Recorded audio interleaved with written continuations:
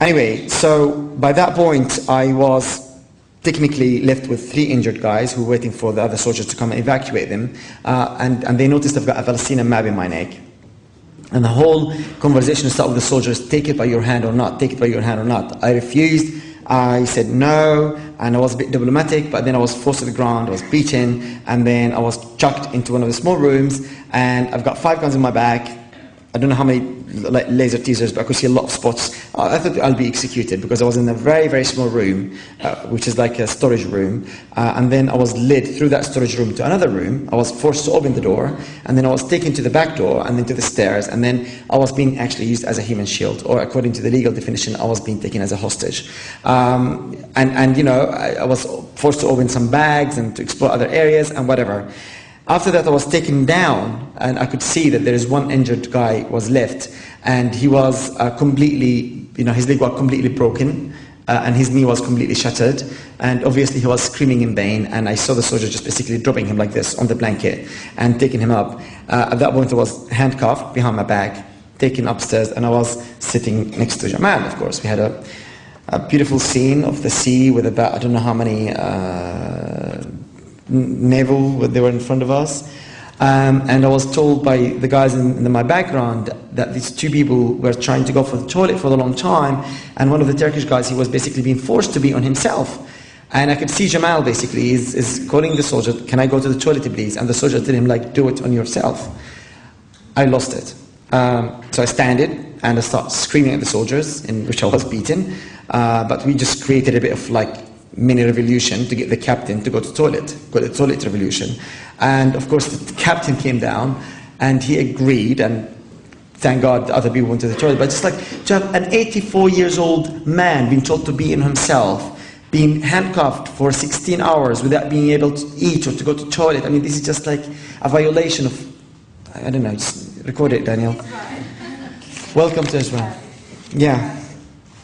Yeah, I've just made some notes here. I don't know exactly, I'm not going to cover them all because I know other colleagues are here to speak about like maybe the same things.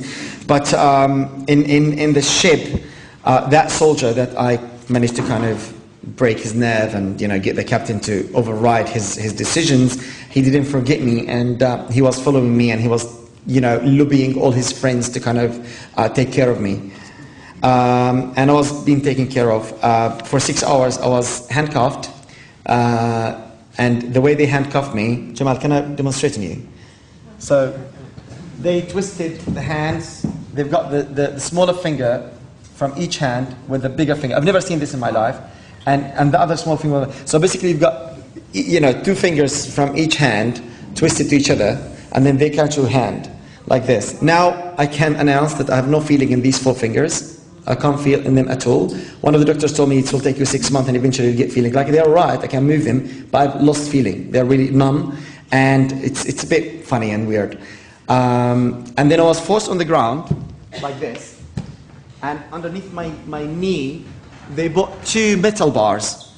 So I was like a trolley, and then they sat on me.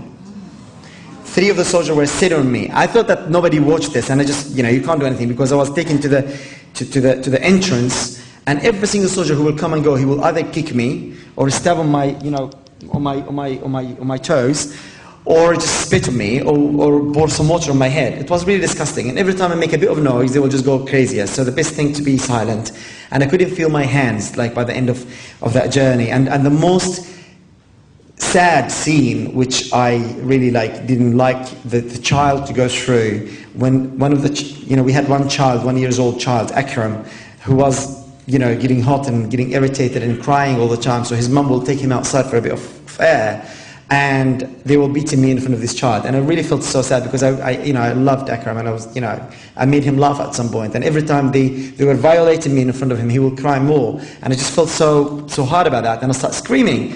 And the response was that they bought a plastic bag on my head, and they bought a t-shirt on my head, and I was being left there for the whole duration of the journey. Anyway, so we arrived to Ashdod, and, you know, finally we were taken to prison, in which we will say, like, welcome to Israel, as Jamal said. They wanted to force us to sign a legal document which said that we are illegal immigrants in Israel. I could have applied for asylum there. I didn't want to.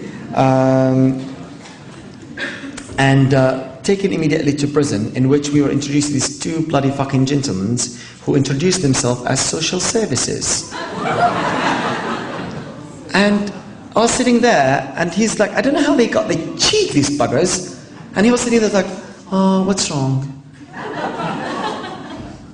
I mean, Shakir will tell you, he was there, and he was also, you know, trying, I mean, Shakir basically was meditating them as much as... Anyway, so we just basically said, no, you know, we just been a few, you know, we just, you know, whatever, have a bit of trouble, and that's, but, you know, then you speak to the social service, and the social service, let's say, you ask him 2 questions, and the next thing the social service is like, but we have the right to defend ourselves. This is social service. The same statement you hear from the doctor, who's coming to examine you, take your heartbeat. What's wrong? I don't know, you're soldiers, but you know you got it from international water, do you think it's legal? You know, but we have to defend ourselves. This is a doctor. Social service, police, border police, soldiers, everybody, they've learned from the same book. They're saying the same thing. I don't know how can they get away with what they've done. To go back to my outrage on the British consulate and British Foreign Office response, we were mocked by the other prisoners simply because the British consulate response was disgusting. He will come with his politeness. All right, sir, we do understand. Yes, give me 1 minute, please. And he will come and he asked me one question. What's your name? What is your contact number back home? Only. And I was like, listen, I've been terrified for the last few days. I'm on a hunger strike. My medicine in my bag. I was denied simple, basic thing to do. And I want to speak to you in privacy. There's things which I don't want these guys to listen to.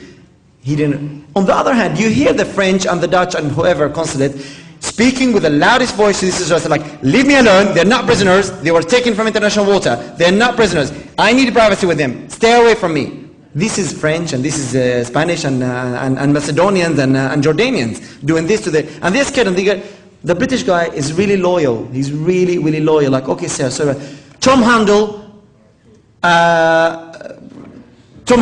and James Miller, and I don't know how many other British citizens were shot, and now Ihsan Shamrock is being shot, and I don't know how many citizens from Britain will be shot, I don't know how many passports from Britain will be violated for the British government to take a firm stand and to kill Israel, to fuck off, and to take the messer out. Thank you.